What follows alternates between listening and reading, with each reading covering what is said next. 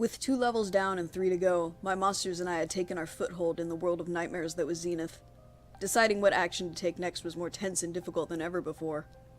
But ultimately, I had no way of knowing what the next levels would be like, or how well my monsters would be prepared for them, so my only option was to guess.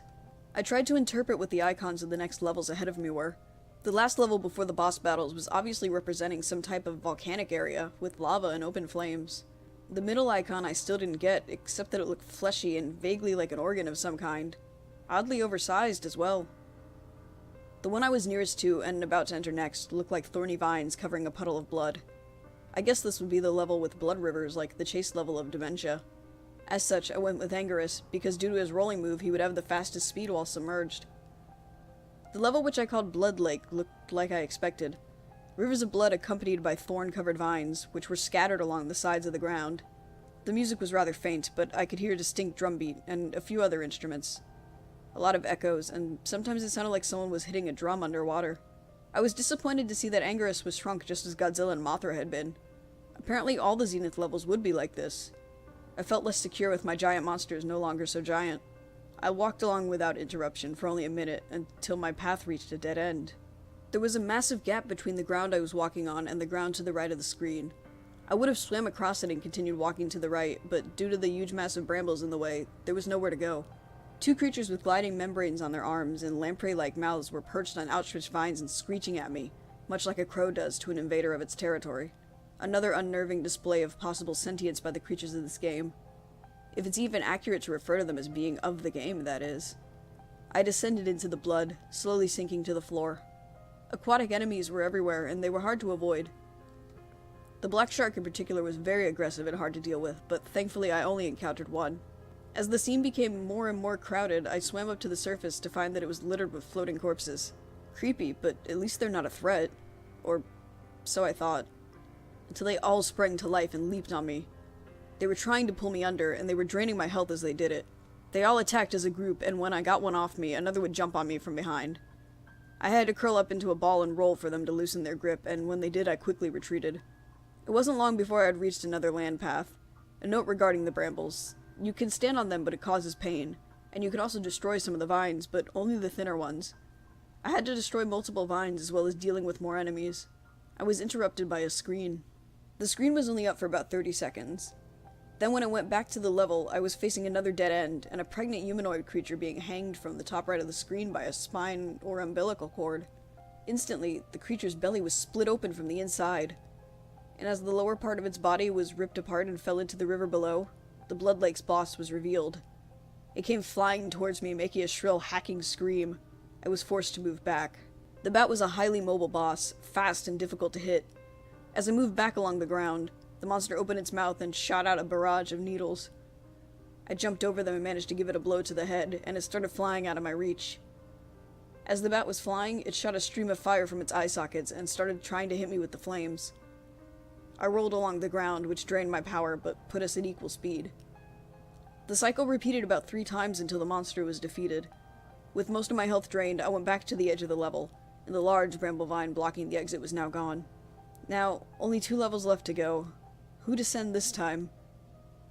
Godzilla, Mothra, and Angerus had all completed 1 level, leaving Solomon, and also the mysterious 5th monster.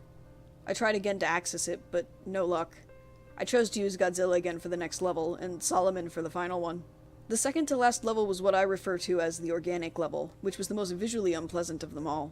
Right from the start I could see that the graphics were freakishly different. The atmosphere was gruesome and foreboding, with the addition of the loud, droning music. I was dreading what I would see in these levels, and it was only a few seconds before something appeared. 2 hideous things. It's hard to describe most of this level. Everything had this disturbing, semi-real look to it. Most of the enemies look halfway between real animals and misshapen lumps of gore with teeth. It's also worth noting that all of them were considerably larger than Godzilla, and although the majority were not very intelligent, each of them took around 30 plus hits to kill. Due to this, it was a better idea to run away from them than fight, but it was never clear exactly what direction to run to.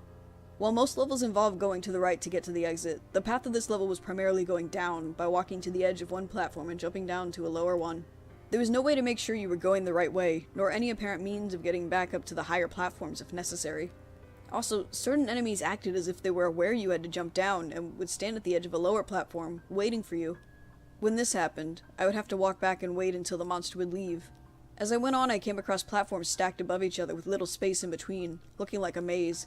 This meant that I couldn't jump, and it made escape from enemies difficult. Thankfully, the only enemies able to fit through these mazes were the four-legged beasts seen at the beginning of the level. Adding to the difficulty were long, tapeworm-esque monsters that would rise themselves up between the platforms and trap you.